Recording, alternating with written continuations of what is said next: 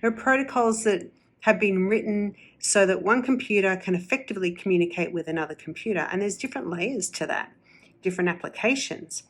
But if we're talking about a protocol, what if we had an emotion protocol that we learnt how to use so that we could effectively engage with our feeling and our emotions, which would absolutely influence the experience of life we're having, because life is an experience, right? And an experience is a feeling engagement. So wouldn't it make sense that the more optimal my engagement is with my feeling world, the more optimal my life would be? I totally believe so. And in the work that I've done with others, I've noticed that that is absolutely true. I'm very excited at the moment because I've been working on a very small booklet that talks about emotion protocol. And one of the things that has come up for me as I'm in this process, because I love the process, like I actually learn as I'm writing things down.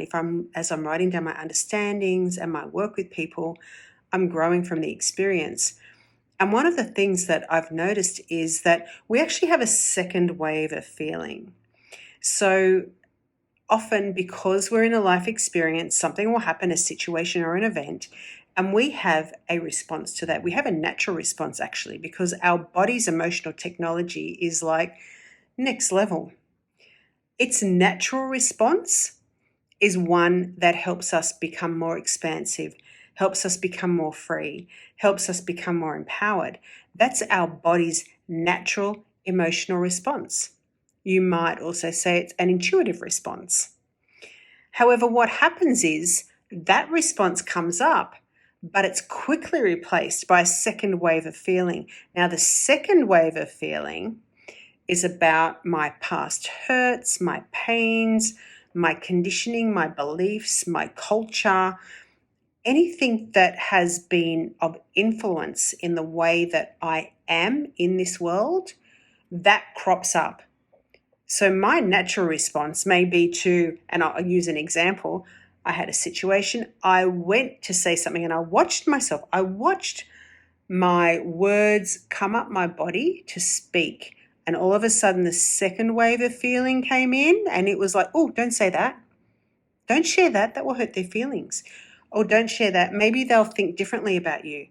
Or it could be, don't share that because they won't accept you, or they won't love you, or all of a sudden you put yourself at risk if you're going to say something like that.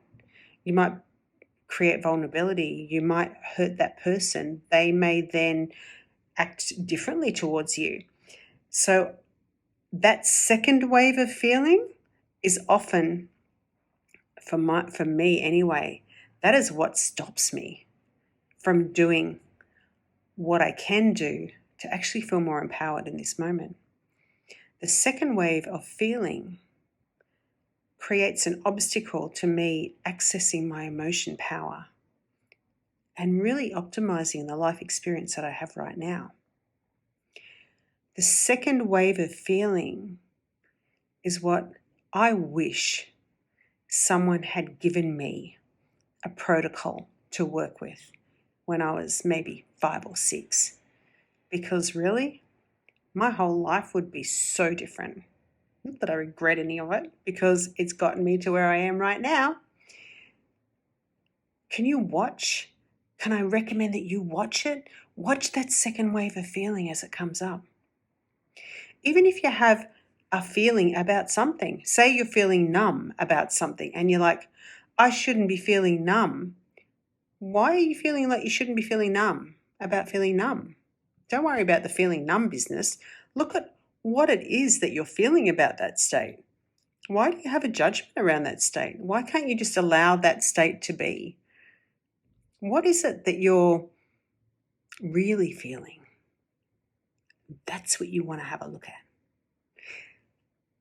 A little bit of fun for today. I'm sending you some love.